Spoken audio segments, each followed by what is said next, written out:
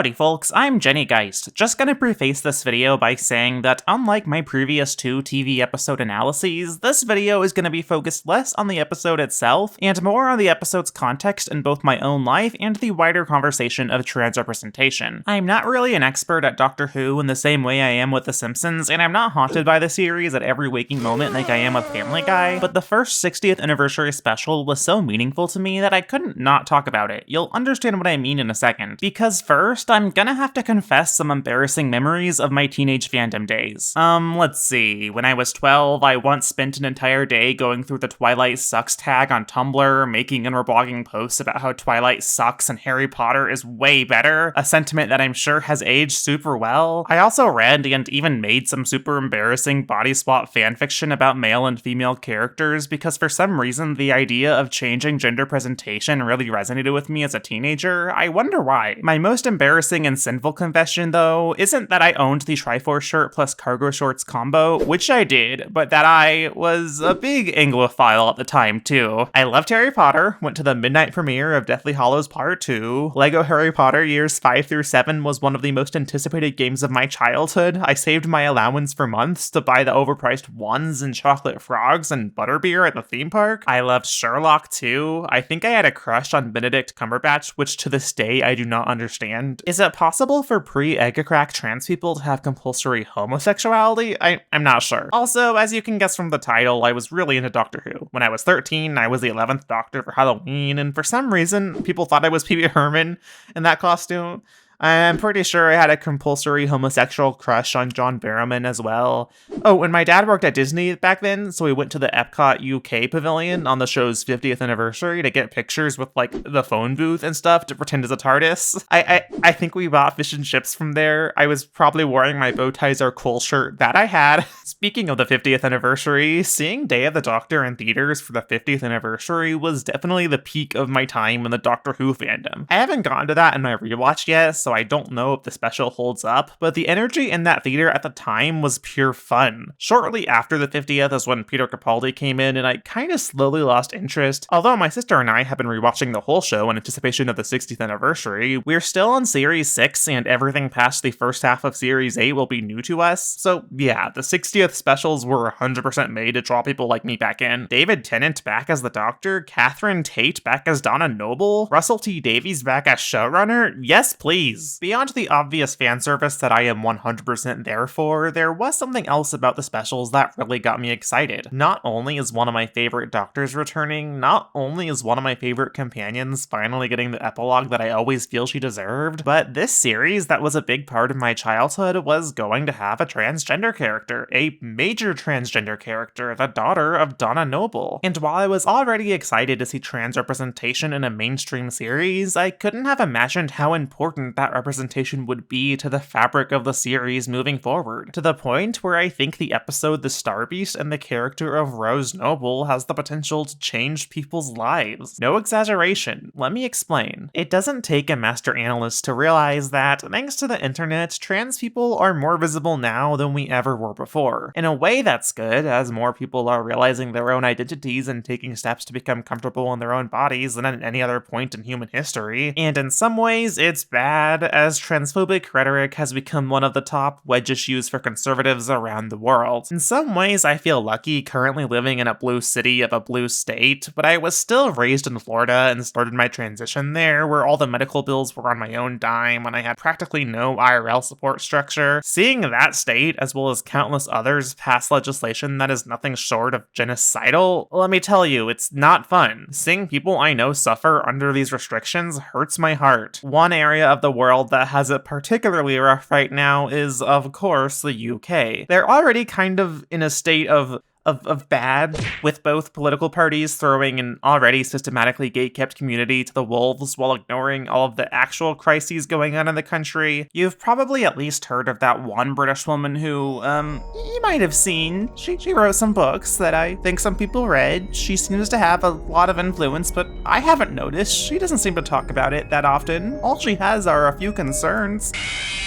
Okay, for the record, I've always believed that, for the most part, media doesn't cause societal beliefs so much as it reflects them. But I don't think it's an exaggeration to say that the author of a series as universally recognized and loved as Harry Potter being so violently and vehemently against trans people has influenced some of the anti-trans backlash going on in the US, UK, and beyond. Not all of it. Conservatives are always going after wedge issues, and after gay marriage got legalized in the US, it's only natural they jumped to the next letter of the acronym. But the legitimacy of, again, one of the most famous women in the world constantly tweeting about how the existence of trans women makes women inherently unsafe, and that even people who are happily transitioned and harmless need to be forcibly detransitioned and deplatformed, that's going to influence people. Not the people who've already made up their minds one way or another, but the people who don't know anything about the topic because of how suppressed information on it has been in the past. You all probably know this by now, though. Joro's nonsense has been discussed and debunked ad nauseum. You came here because I'm talking about Doctor Who, probably the second biggest cultural British institution that isn't yet in the public domain. I have not watched the 12th or 13th Doctor series, so I'm not going to make a value judgment on their quality, but it's undeniable that series 11 through 13 had dwindling viewership and growing backlash, to the point where they announced fan favorite Russell T Davies would be returning as showrunner after Jodie Whittaker's Doctor regenerated. And I can't imagine this anti-LGBT environment in the UK wasn't on this openly gay man's mind when preparing for his return. So spoiler alert time for Doctor Who Series 4 and the first of the 60th anniversary specials, because I want to set the scene a bit for those who haven't watched it or are watching this in the future and haven't seen it in a while. The Doctor had just finished his first run being a woman, regenerating back into the 10th Doctor's face and quickly coming face to face with Donna Noble, who of course doesn't remember him. 15 years ago, while traveling with a doctor, she absorbed the mind of a Time Lord to save the world or something, becoming the most important woman in the universe and almost causing her human brain to implode in the process. The Doctor wiped her mind, and if she ever remembered it, it would all come flooding back and she would die. With that said, as we and the Doctor are seeing this fan-favorite companion for the first time in 15 years, one of the first new things we learn about her is that she has a daughter now, the beautiful Rose Noble. As pained as the Doctor is to be reminded of this lost friendship, he is happy to even briefly see that Donna is doing well. Then, as we follow Donna and Rose home, we learn 3 more things about the Noble family. 1, Rose is trans, as some classmates bully her on the way home. 2, Donna is super supportive, as she's ready to shank a bitch for her daughter. 3, Donna and her own mother don't 100% understand it, as they never really could, but they still love Rose and want what's best for her. This is already neat and refreshing compared to, you know, that other series from my Anglophile childhood. It's sad that something as simple as well-done character establishment for a trans person is so unprecedented, but keep in mind that this is still just setup. I understand that some people have criticisms of the bullies dead-naming her, and I do get it, but I also kinda disagree. In general, I don't think it's inherently wrong to mention a trans character's dead name in media. Don't get me wrong, it can be shitty. I too get frustrated when cis writers make a bio for a trans character and plop their dead name right next to their actual name, but I feel like this standard sometimes gets applied way too generally when, like,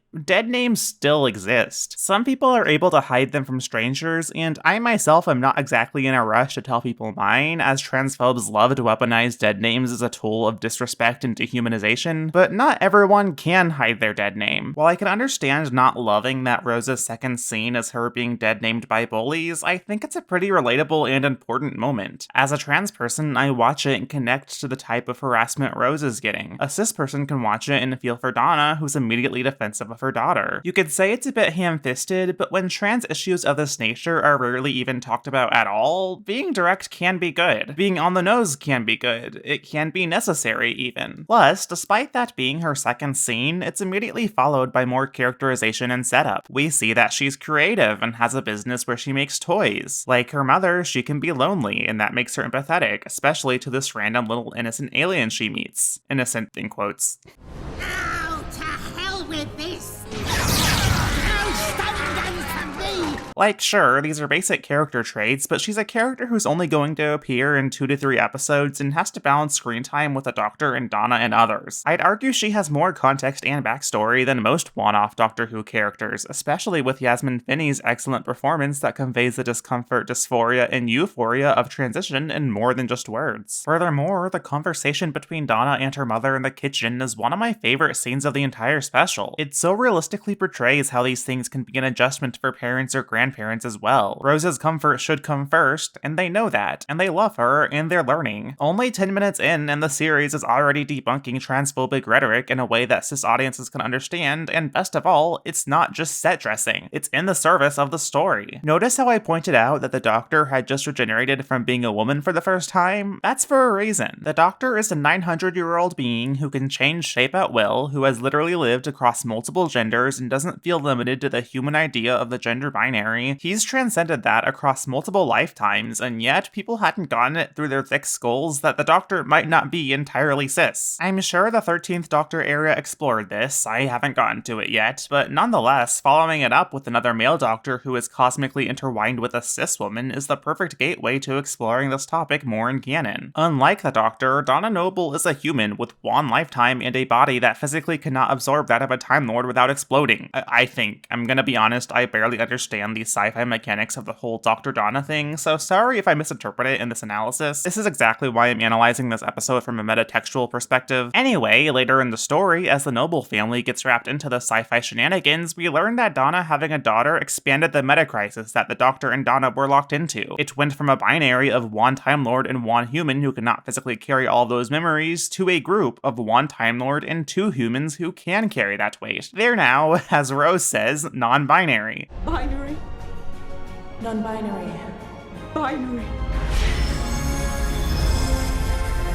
Is that line a bit silly? Yes. Do I still love it as a payoff to the binary line from Journey's End? Absolutely. Lore-wise, I think it makes sense that Donna having a child would ease some of the burden that Time Lord entanglement would bring. The Doctor has lived across multiple lifetimes, so of course literal multiple lifetimes could better house the memories of a Time Lord. Plot-wise, I think it's a clever twist that the toys Rose were making at the beginning were based on aliens Donna encountered, and that she chose the name Rose because she knew deep down that it meant something special. The fact that they even touch upon Rose choosing her own name at all is really cool. It's another part of the transition process that isn't really talked about. And thematically, even though the story could have gone the same way if Rose were cis, I love that the involvement of someone who had transitioned from one identity to another is what solved the meta-crisis. We're binary.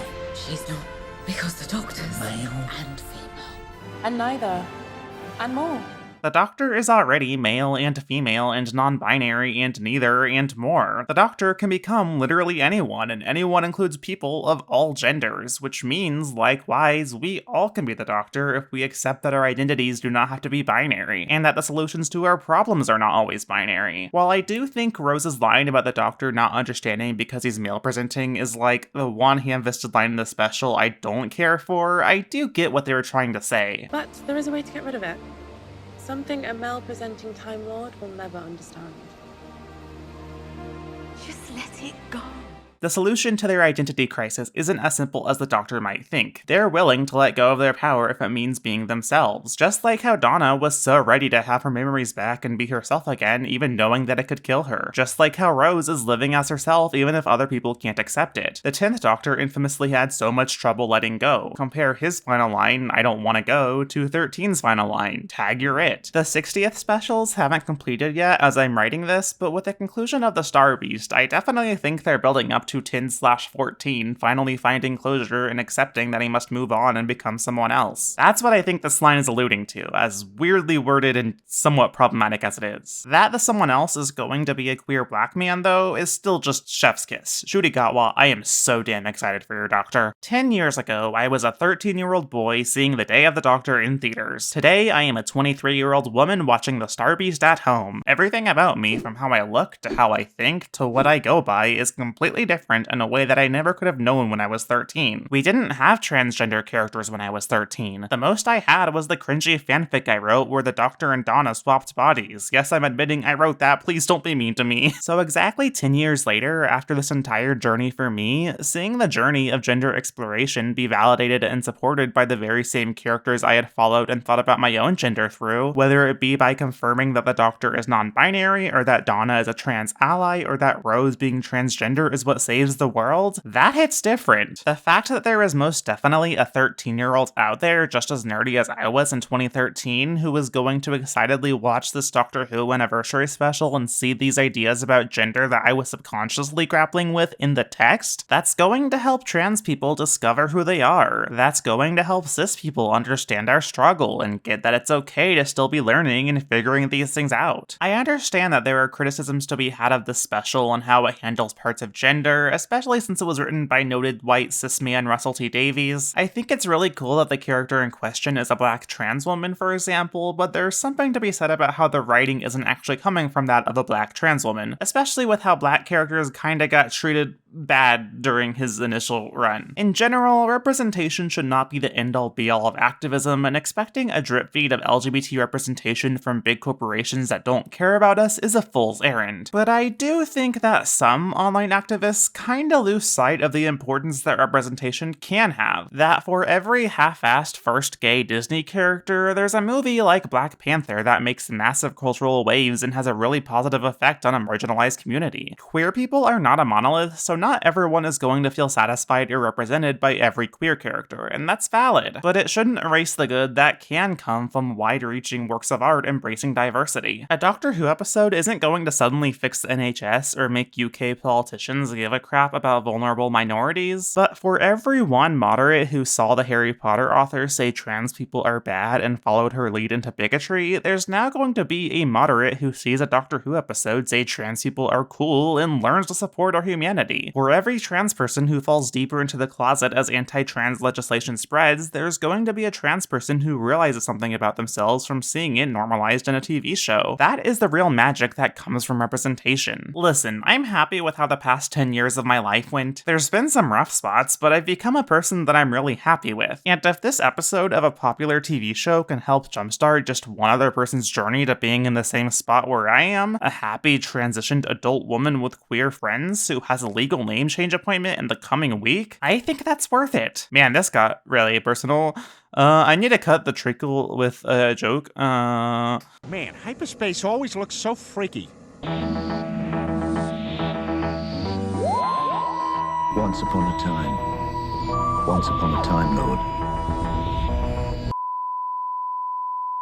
Today, I'd like to thank my patrons at the producer tier and above, those being Ace L, Arcadeflower190, Chloe BC, Joy Content, Oliver Kirkoran, Oski, Sam, and Vincent Coates. Thank you all for watching, and I hope you all have a wonderful day.